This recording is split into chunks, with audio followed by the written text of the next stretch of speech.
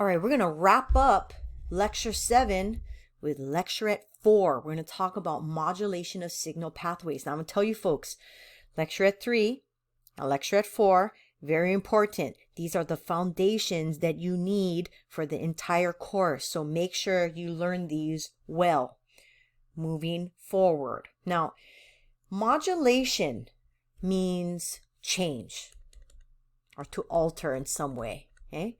And we know that signal pathways result in some type of a cellular response. And so when you put now these two definitions together, when we're talking about modulation of a signal pathway or pathways, what we're doing now is changing. We're changing a cellular response, okay? And we can do it in 4 different main ways. And that first one is I can have a single ligand, but I have many receptor subtypes that allow me now to facilitate different functions with the same ligand. The second way is something called saturation, specificity, and competition, where we have differences in binding of a ligand that allows us now to have competition and a different stronger or weaker response based on how strong you can bind to the receptor. I also have something called agonists and antagonists, and these are molecules that are artificially synthesized in a laboratory. These are your medications that allow you to mimic a natural response, that's an agonist, or block your natural ligands from even going on its specific receptor. And then lastly, we're going to talk more about upregulation and downregulation, okay? Are you ready? Let's go. So for one ligand and many receptors, we're going to work this knowledge a lot this course, right? And so the specific example that I'm going to give you for today is epinephrine. And so epinephrine can cause dilation or constriction of blood vessels depending on what receptor subtype it binds to, right? So let me draw you folks some foundations first, and then I'll give you folks an example with some drawings. Now, here's our mantra, right? We know that if we have a ligand will bind to a receptor, and this ligand receptor complex can now lead to a cellular response. Okay. Now, in our example here, I'm giving you folks the ligand is epinephrine, and I'm going to put big E, small p.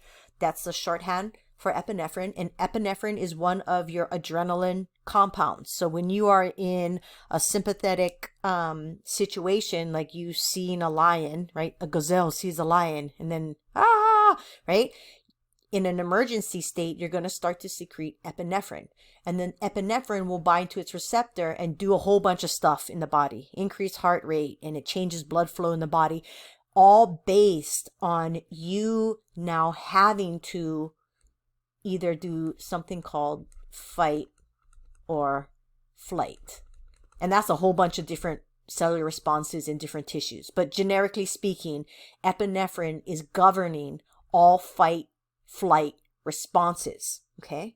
Now, I'm going to tell you folks that epinephrine has one receptor category type called adrenergic receptors, okay? REC, shorthand for receptors, okay? And of the adrenergic receptors, there are many subtypes, and we're not going to learn them all in this class, but we will learn 3, 2 of which I will give you now, okay? There's one called alpha 1, and what alpha 1 allows you to do when epinephrine binds is to vasoconstrict, okay? Which means you're constricting blood vessels. You're making them smaller in diameter. Another adrenergic receptor is something called beta 2. And when epinephrine binds to it, that leads to the cellular response of vasodilation, which allows you to increase the diameter of the blood vessel. You increase blood flow. Now, let me give you folks a specific example in the body. So here, what I'm going to do is I'm going to draw the GI tract, which is going to look like this.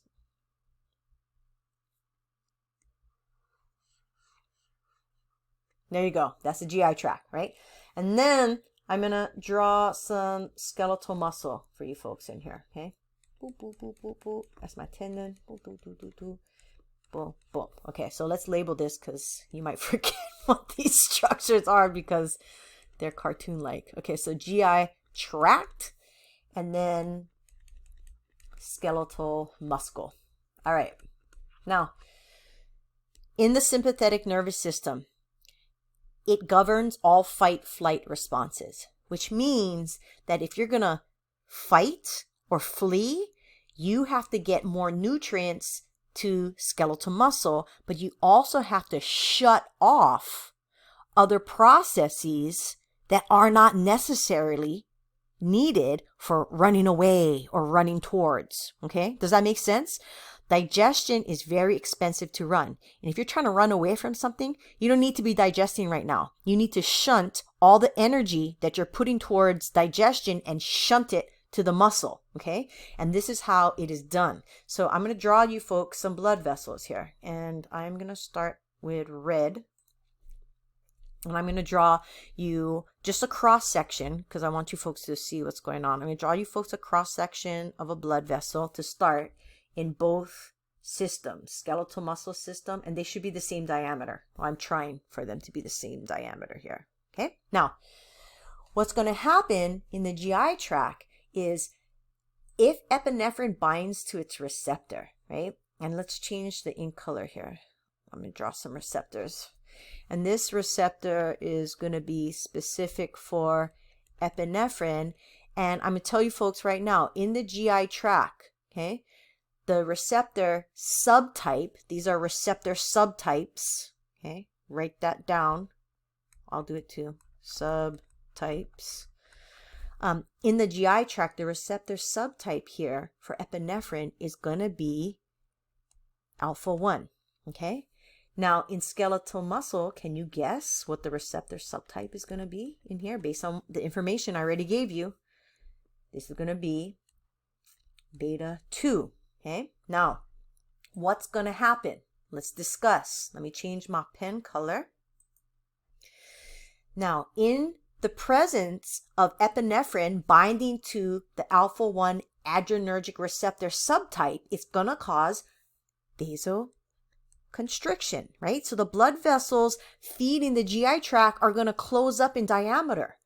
That means that I'm going to have less blood to this area, okay? So less blood flow to gut, which is needed because I don't want to waste all my oxygen and sugar to the GI tract. I want to shunt my blood to skeletal muscle, okay? And so here, when I bind epinephrine to beta 2, it can cause me now to vasodilate.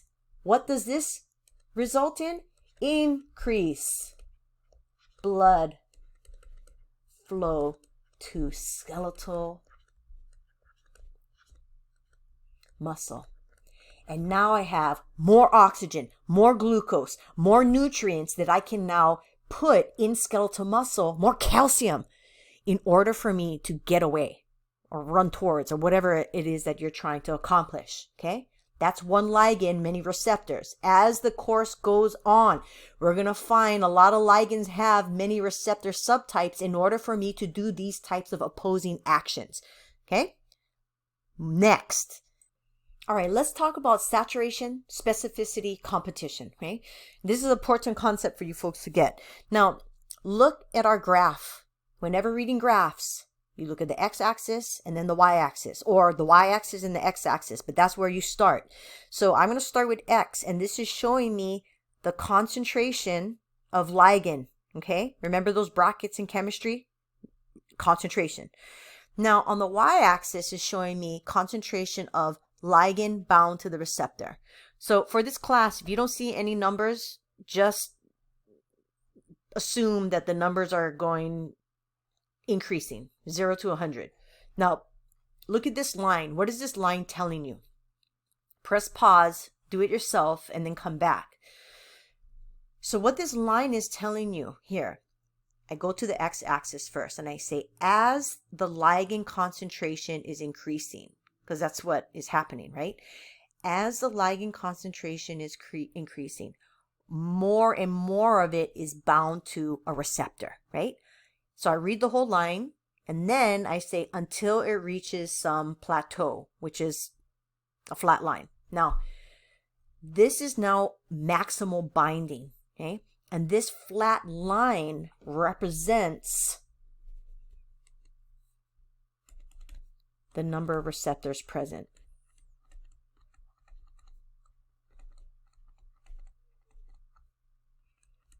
Okay? Right? Because if you have a flat line here, it doesn't matter how many ligands you have. If you only have 50 ligands, if you have 50 ligands and you only have 10 receptors, you can only bind 10.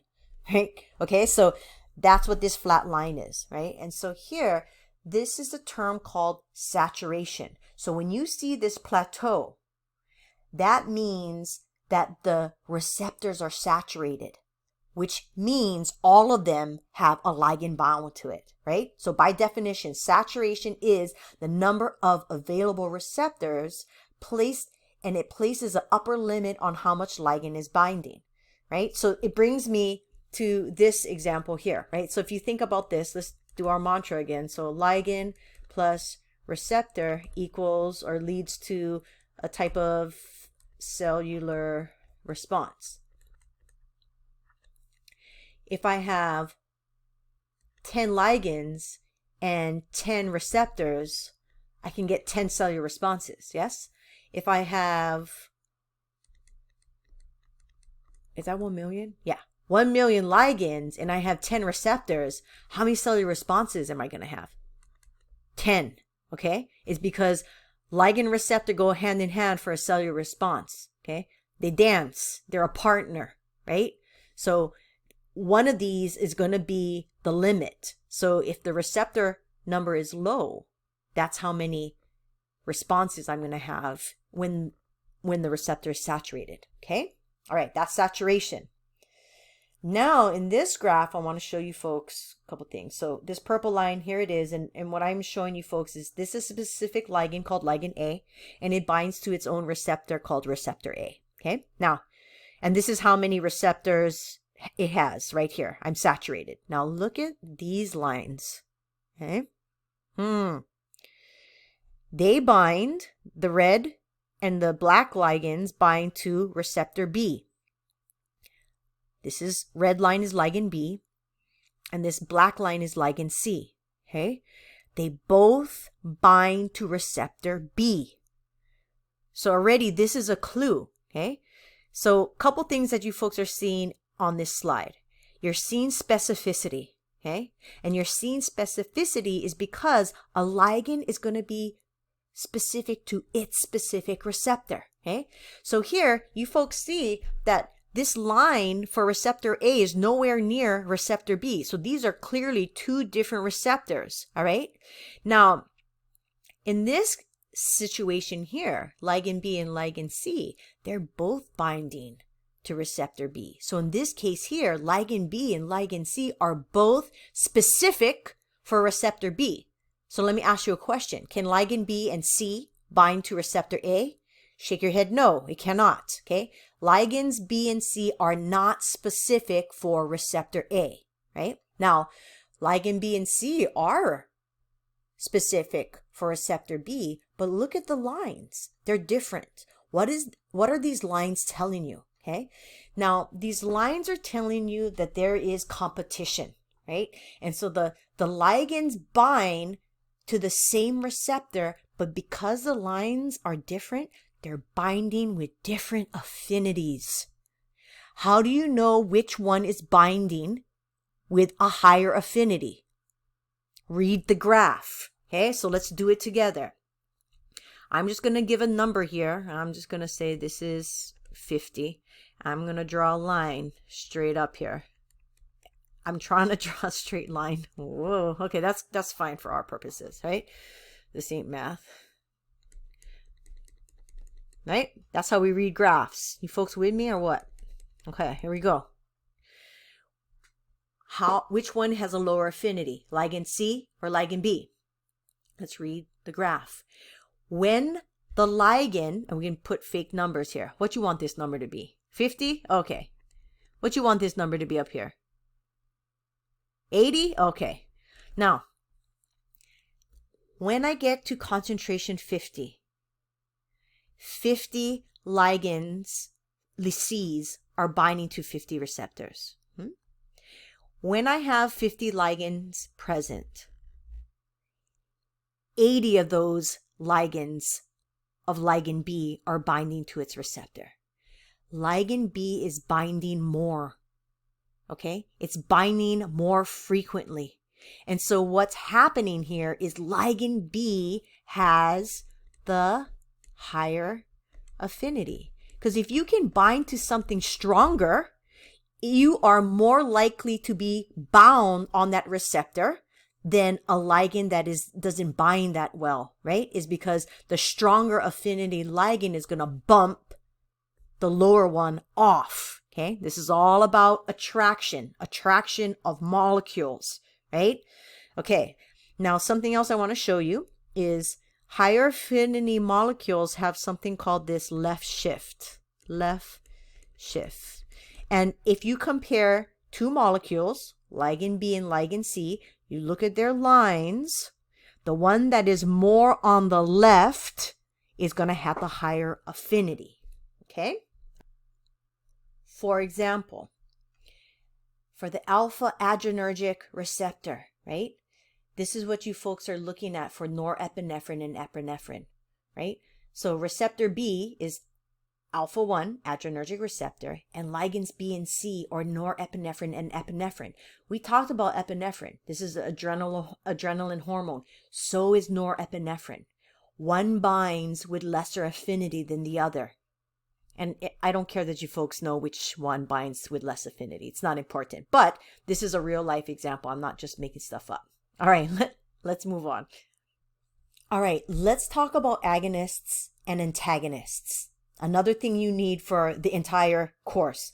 Now, first, what I want to tell you folks is agonists and antagonists will manipulate our receptors. That's where they bind, and they can either activate a receptor or block a receptor.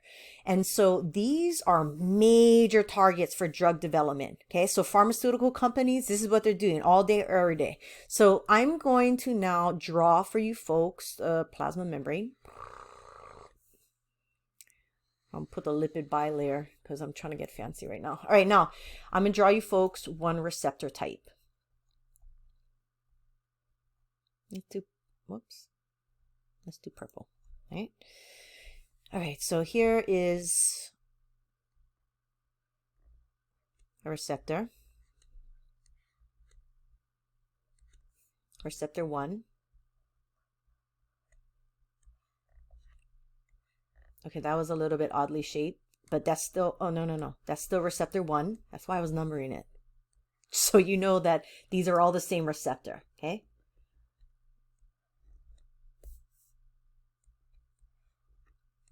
Receptor 1. Okay, these are all the same receptors, right? Now, let me show you folks the following. So first I want to talk about ligand, because that's what we've been doing this whole time. Now, this is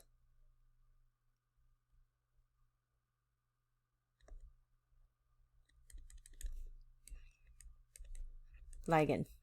Okay, and so when we say that this ligand, this is the ligand that our body makes. Okay, and its job is to cause a cellular response, right? So I'm not telling you folks anything new. This is all old now. You folks are like, yes, yes, cellular response, ligand plus receptor, cellular response. Okay, cellular response. You folks all good? So when we talk about ligands, our body are making that.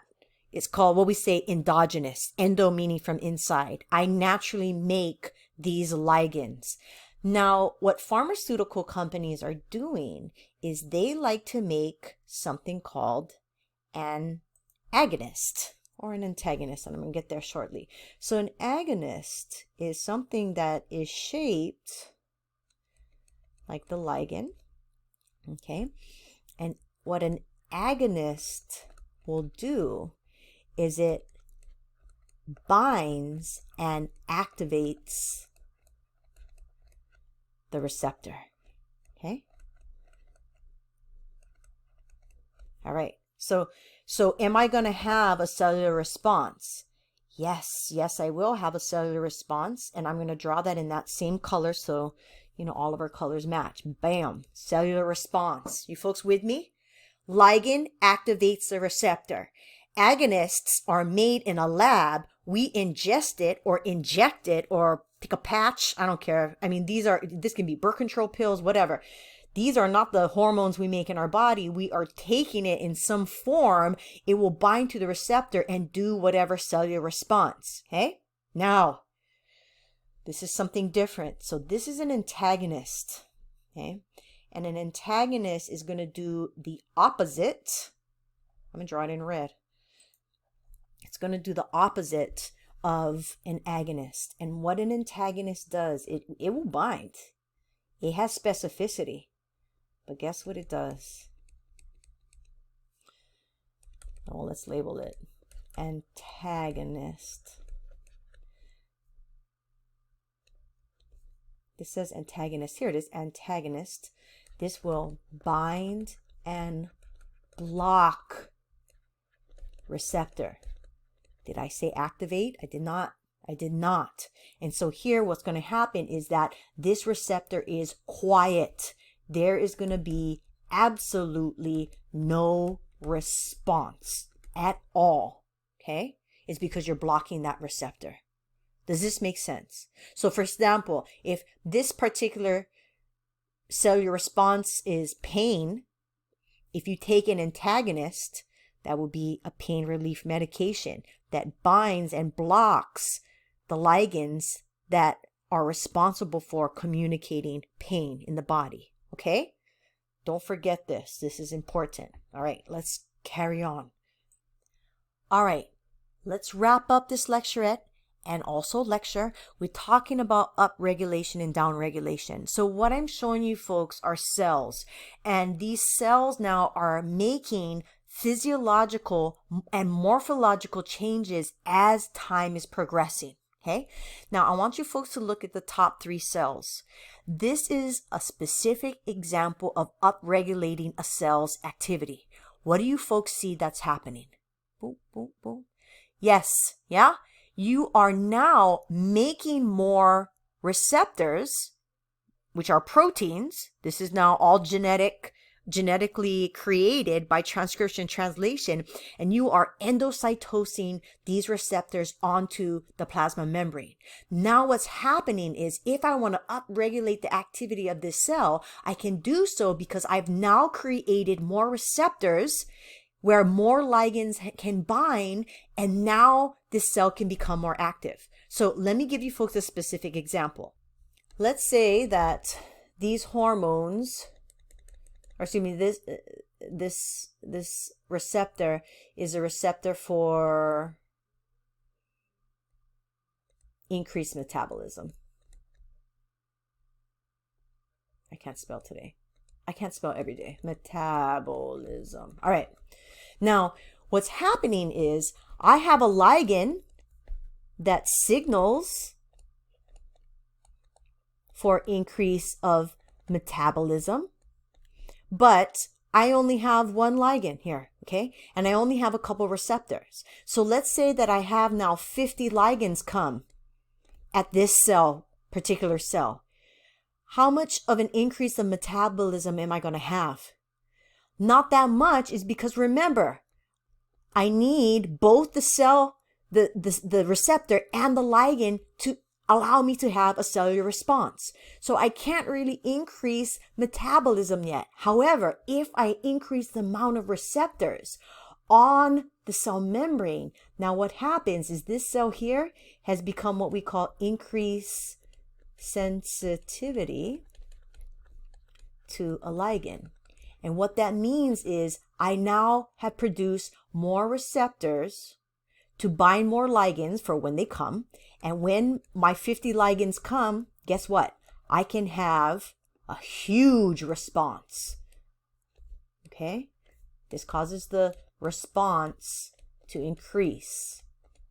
All right? That's an example of upregulation. Now, look at the bottom 3 cells. What do you folks observe? Your power of observation in this course is crucial, and you folks will develop it as time goes by. So here, what you folks are seeing is as time is going by, this cell is doing what? Losing the amount of receptors, okay? So I have all these ligands surrounding the cell, but at the end of the day, I only have 2 receptors. So the response here is now decreasing. And so in order for me to decrease a response, I can either stop making ligands, but the issue is these ligands sometimes take a long time to degrade. So even though I stop making ligands, they're still floating around my body, especially hormones. Or I can now endocytose these receptors, take them into the cell, break them down with a proteasome, and now I've downregulated and or decreased the sensitivity to this ligand that signals for an increase in metabolism. So in the top upregulation, I have now increased metabolism as a cellular response, right? But in my example down here, because I took away those receptors that are part of the pathway towards increasing metabolism, I have now dropped metabolism. Okay? All right. That is it for Lecturette 4, as well as the entire lecture. We are done. This is important foundational material that you folks are going to need for the entire course. Learn it well as you know your name. Okay? And I will see you folks back after our first round of exams. Good luck, and may the force be with you.